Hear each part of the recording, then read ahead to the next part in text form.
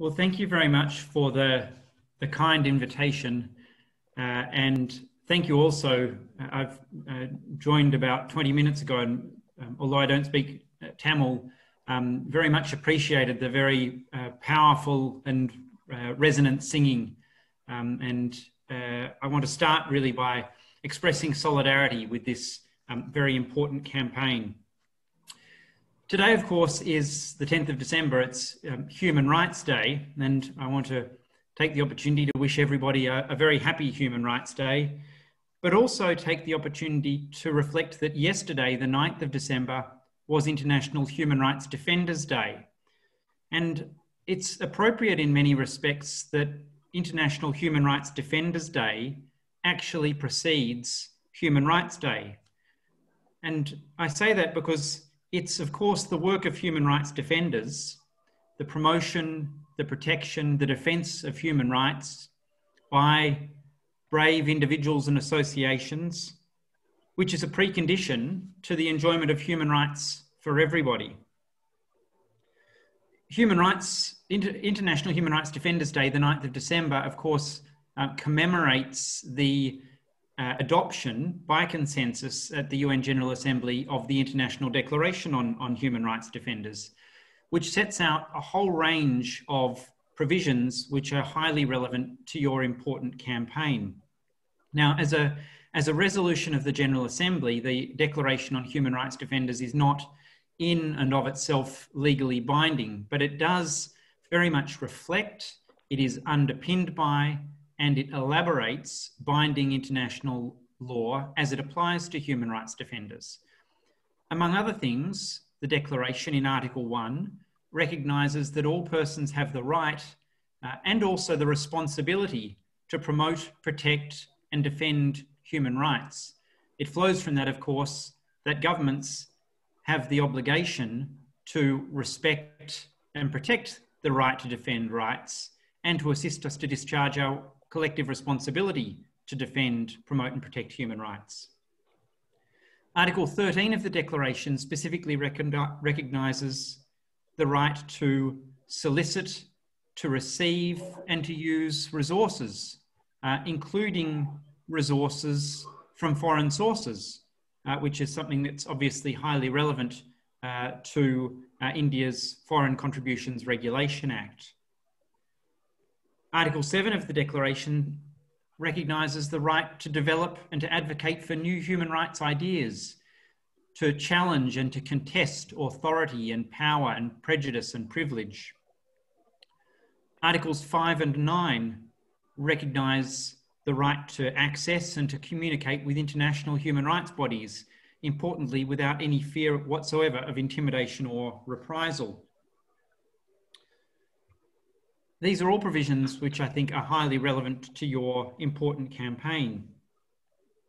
As was mentioned at the outset, I work with ISHR, the International Service for Human Rights, and we're very pleased and privileged to count People's Watch as a key partner and a really critical player at the national level.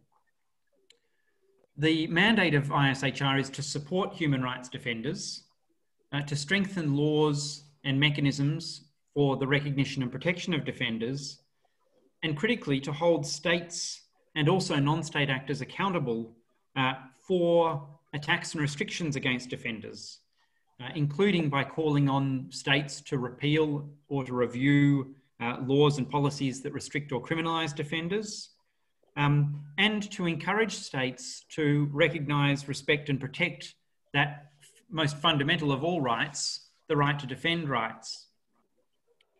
So it's in the context of this partnership and this mandate that, as I said at the outset, I want to really express ISHR's solidarity with your important campaign.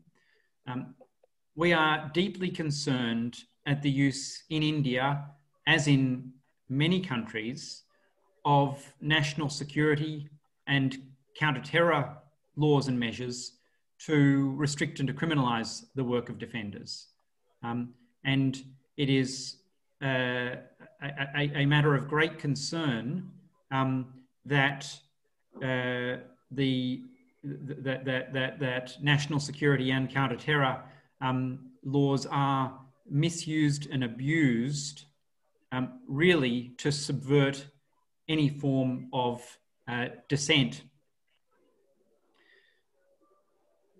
ISHR would particularly like to support your calls for the immediate repeal of the Unlawful Activities Prevention Act, together with the National Investigation Agency Act.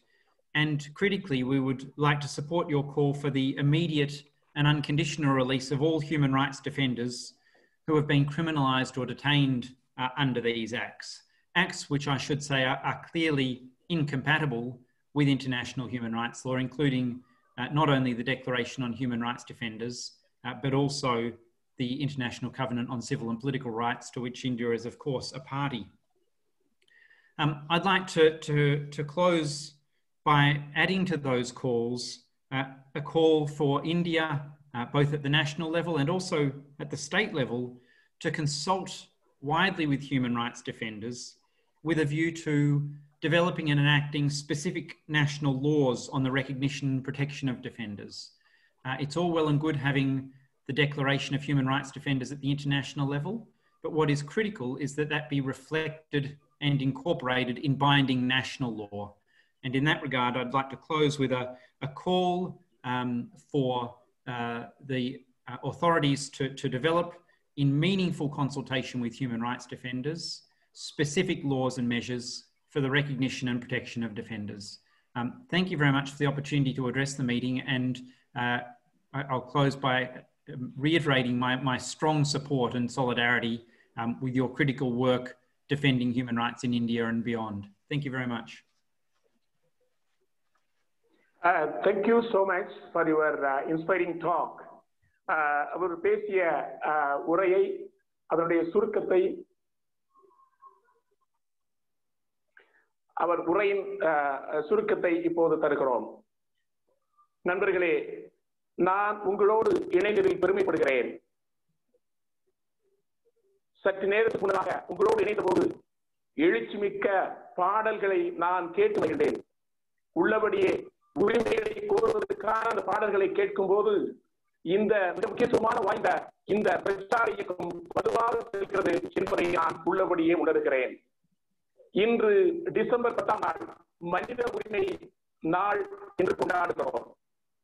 இதே வேளையில் நேற்று December 9ஆம் நாள் மனித உரிமை காப்பாளர்களுக்கான சர்வதேச நாளாக உலகம் முழுக்க கொண்டாடப்படுகிறது. மனித உரிமை நாளுக்கு முந்தைய நாள் மனித உரிமை காப்பாளர் நாள் என்று கொண்டாடுவதில் முக்கியத்துவம் இருக்கிறது என்று கருதுகிறேன். உலகளாவிய அளவில் மனித உரிமையை காப்பதற்காக, மனித உரிமைகள் வளர்த்தெடுப்பதற்காக, மனித உரிமைகள் தளத்தில் தங்களை உயிரை பொருட்படுத்தாமல் மிக எழுச்சியோடு போராடி கொண்டிருக்கக்கூடிய தனிநபர்களுக்கான நாள் இது என்று கருதுகிறேன். எனவே இந்த வேளையில் இந்த முக்கியத்துவம் வாய்ந்த இந்த பிரச்சார இயக்கம் இதை அங்கீகரிக்கிறது, இதை கொண்டாடுகிறது என்றே நான் கருதுகிறேன். ஐநா அவை இது குறித்து மிக தெளிவாக ஒரு பிரகடனத்தை இயற்றி இருக்கிறது. மனித உரிமை காப்பாளர்களுக்கான பிரகடனம் மனித உரிமைகள் காப்பாளர்களுக்கான பல்வேறு விஷயங்களை முன்னிறுத்துகிறது, முதன்மைப்படுத்துகிறது, முக்கியத்துவம் அளிக்கிறது. மனித உரிமை காப்பாளர்களுக்குரிய பங்களிப்பை மிகவும் அழுத்தம் திருத்தமாக எடுத்துரைக்கிறது. அதன் பிரிவு 1 மனித உரிமை காப்பாளர்களுக்கான பாதுகாப்பு, அவர்களுக்கான பங்கேற்பு, கூட்டு முயற்சி, கூட்டு பங்கேற்பு, கூட்டு பயன்பாடு, இதை குறித்தெல்லாம் பேசுகிறதை நான் பார்க்கிறோம். இதில் அரசுகள் அதனுடைய பங்கு என்ன என்பது குறித்து அழுத்தம் திருத்தமாக பேசுவதை பார்க்கிறோம். இந்த பிரகடனத்துடைய 13வது பிரிவு மிக குறிப்பிட்ட ஒரு விஷயத்தை குறித்து பேசுகிறது.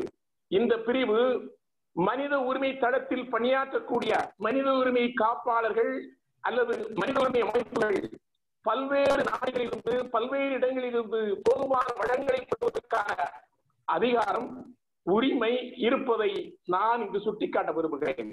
ஏனென்றால் இன்றைய சூழலில் இந்திய நாடு கொண்டு வந்திருக்கக்கூடிய வெளிநாட்டிலிருந்து விரிவாக்கத்திற்கான பெறப்படக்கூடிய முறைப்படுத்தல் சட்டத்தில் இருக்கக்கூடிய திருத்தங்கள் இங்கு உங்களுடைய குரல் வழியை வெளிப்பதாக உணர்கிறேன்.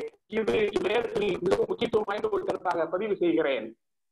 அதே போல இந்த பிரகடனத்தினுடைய 7வது பிரிவு மனித உரிமை காப்பாளர்களுக்கான பங்களிப்பு, அவருடைய கருத்து சுதந்திரம், அவர்கள் அதிகாரத்தை கேள்விக்குள்ளாக்கக்கூடிய நிலை அல்லது முன் தீர்மான கருத்துக்களை எதிர்த்து அவர்கள் சமரசமாக அல்லது ஜனநாயக ரீதியாக போராடக்கூடிய தன்மை இதுவெல்லாம் அங்கீகரிக்கிறது என்பதை நாம் பார்க்கிறோம். எனவே மனித உரிமை அமைப்புகளுக்கு சர்வதேச அளவில் பங்களிப்பு இருக்கிறது, சர்வதேச அமைப்போடு தொடர்பு இருக்கிறது என்பதையெல்லாம் நான் சுட்டிக்காண்பதற்காக இந்த பிரிவுகளை இங்கு உங்கள் முன்னால் வைக்கிறேன். ஏனென்றால் இது போன்ற தளத்தில் கடந்த பல ஆண்டுகளாக மக்கள் கண்காணிப்பகம் மனித உரிமை தளத்தில் மிகப்பெரிய பங்காற்றி இருக்கிறது. அவருடைய நெருக்கடிகள், அவர் சந்தித்த நெருக்கடிகள் எல்லாம் நாம் குறிப்பிட விரும்புகிறேன். எனவே இது போன்ற தளத்தில் மனித உரிமை காப்பாளர்களை ஒருங்கிணைத்து இணைத்து இது போன்ற பிரச்சாரத்தை முன்னெடுப்பதில் மக்கள் கண்காணிப்பதும் முக்கியத்துவம் வாய்ந்ததாக நான் பார்க்கிறேன். இங்கு இந்திய நாட்டில் இன்றைக்கு எழக்கூடிய முக்கியமான ஒரு சூழலை குறித்து நான் இங்கு குறிப்பிட விரும்புகிறேன். இந்தியாவில் இன்றைக்கு பயங்கரவாத தடுப்பு சட்டங்கள் என்ற பெயரால் மனித உரிமை காப்பாளர்கள் குற்ற நபர்களாக, குற்றவியல் ஈடுபடக்கூடிய நபர்களாக பார்க்கப்படுகிறார்கள் என்பதை நான் இங்கு சுட்டிக்காட்ட விரும்புகிறேன்.